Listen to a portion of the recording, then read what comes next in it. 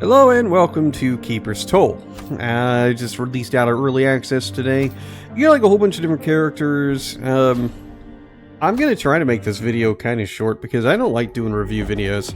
They just don't make sense for me.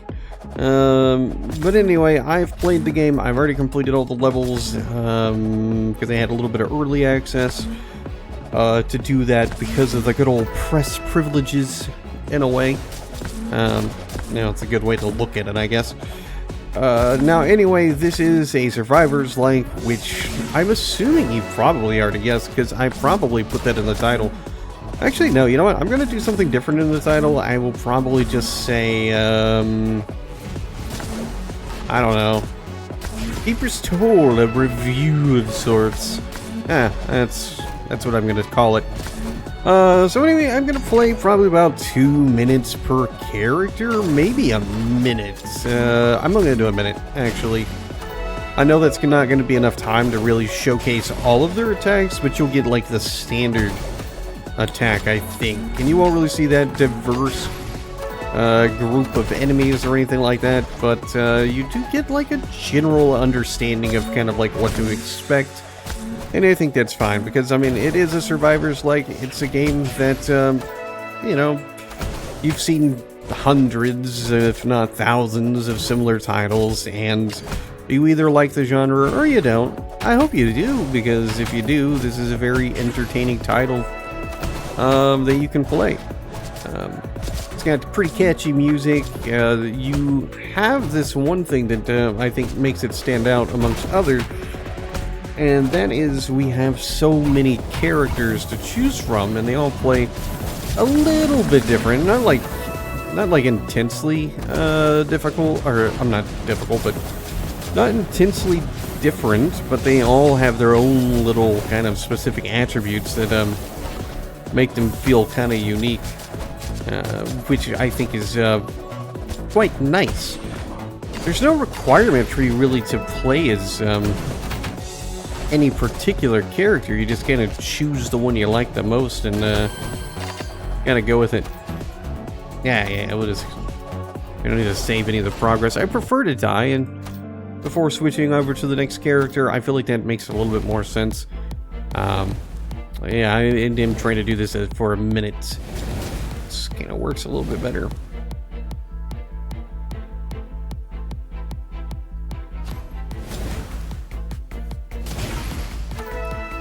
The Pyromancer is my favorite character, also my most upgraded character, because I have played as him more than any other character. And the reason for that is because they're my favorite. So very obviously, that is the character that I have played, the most. I don't think there's any bad characters, though. They're all pretty decent, it's just, I don't know, for me, the Pyromancer is so good that there is very little incentive for me to play as any other character. And I think the reason for that is you get a lot of AoE attacks, and the AoE, obviously means you get to kill more enemies at a faster pace. More dead enemies means more experience means more upgrades means more attack, and etc, etc, etc.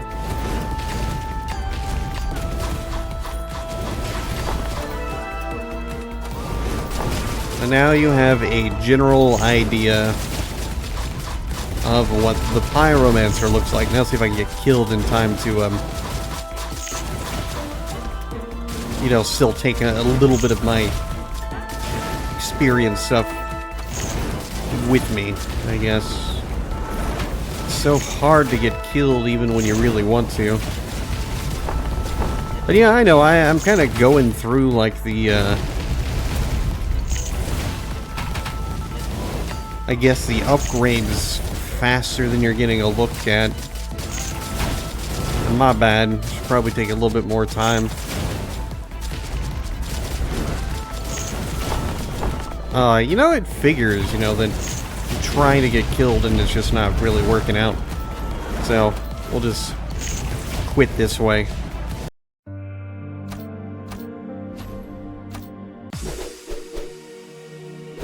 I did not like this character at all.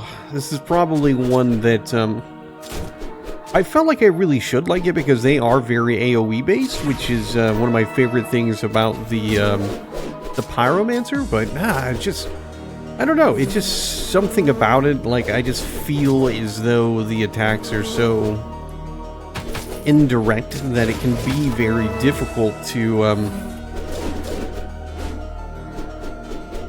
actually kind of make any headway during your fights. Because you're really just kind of hoping that it faces the right way and does what you need to. But hey, that's just me, I guess. I think other people will really enjoy this character. Like, they're not bad, I don't like them, you know, like... yeah. Anyway, let's make up for lost time here. Trying to keep this under, like, 8 minutes, I guess.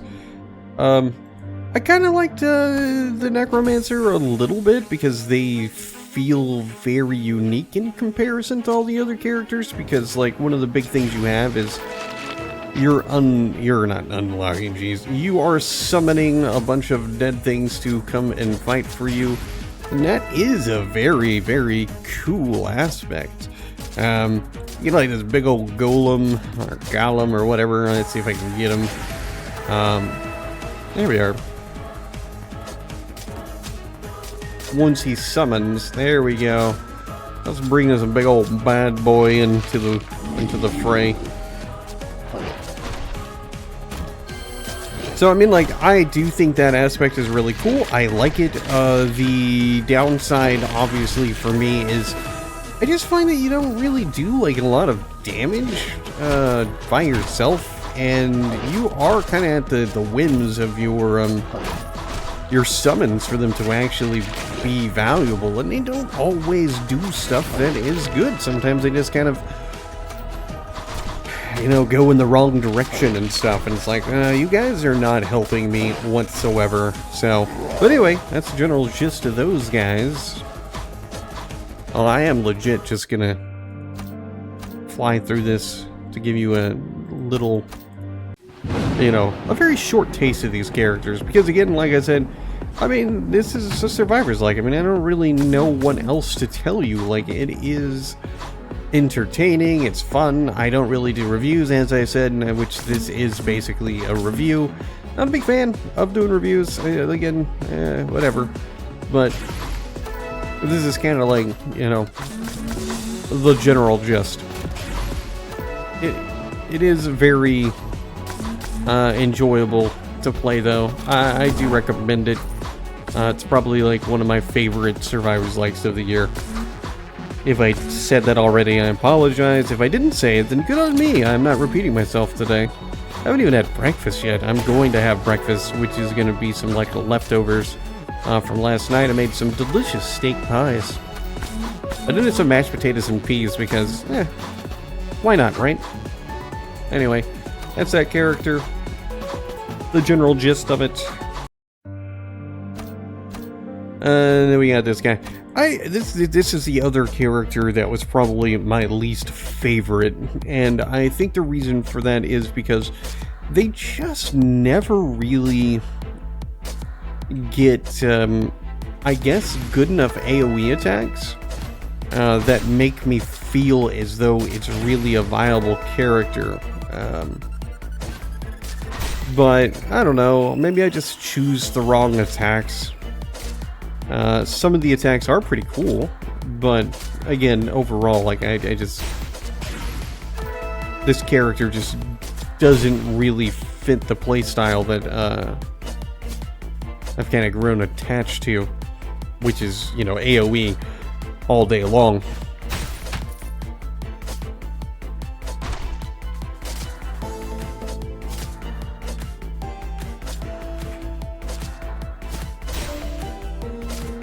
I think it's probably the slowest character to really get, I guess, to get into. I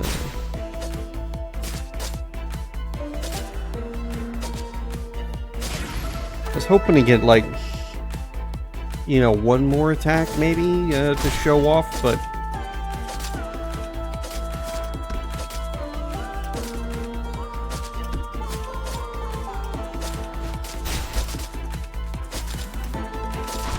It may not happen.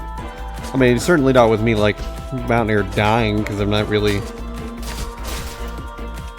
putting forth the effort I should to stay alive, I guess. Alright, we'll show off this new attack, but that's probably going to be about it for this guy. But anyway, so as you can see, there's a lot of different characters. You have plenty of opportunity to kind of play as however you want, and I think that's, I think it does a really good job.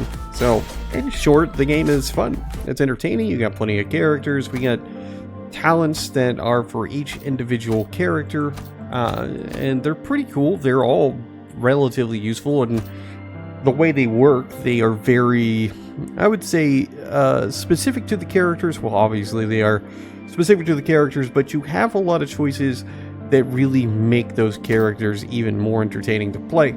You also have the knowledge, which applies to all of your characters, and these are unlocked by basically accomplishing specific things.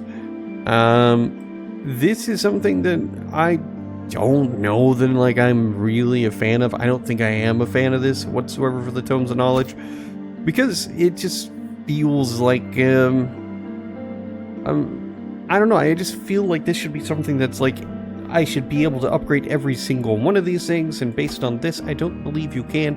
I don't know, but also some of the things I haven't been able to do, so it just you know, doesn't really matter. You know, like defeat Lady Nox in under 30 seconds. She's kind of a boss. I haven't been able to beat her in under 30 seconds, even fully upgraded, so it just feels like there's always going to be something out of reach.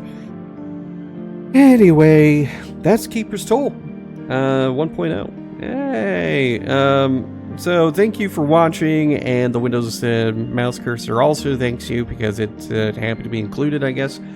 And the link is in the description. I encourage you to, you know, check this out, because again, it is one of the best Survivors-like games I've played in quite some time.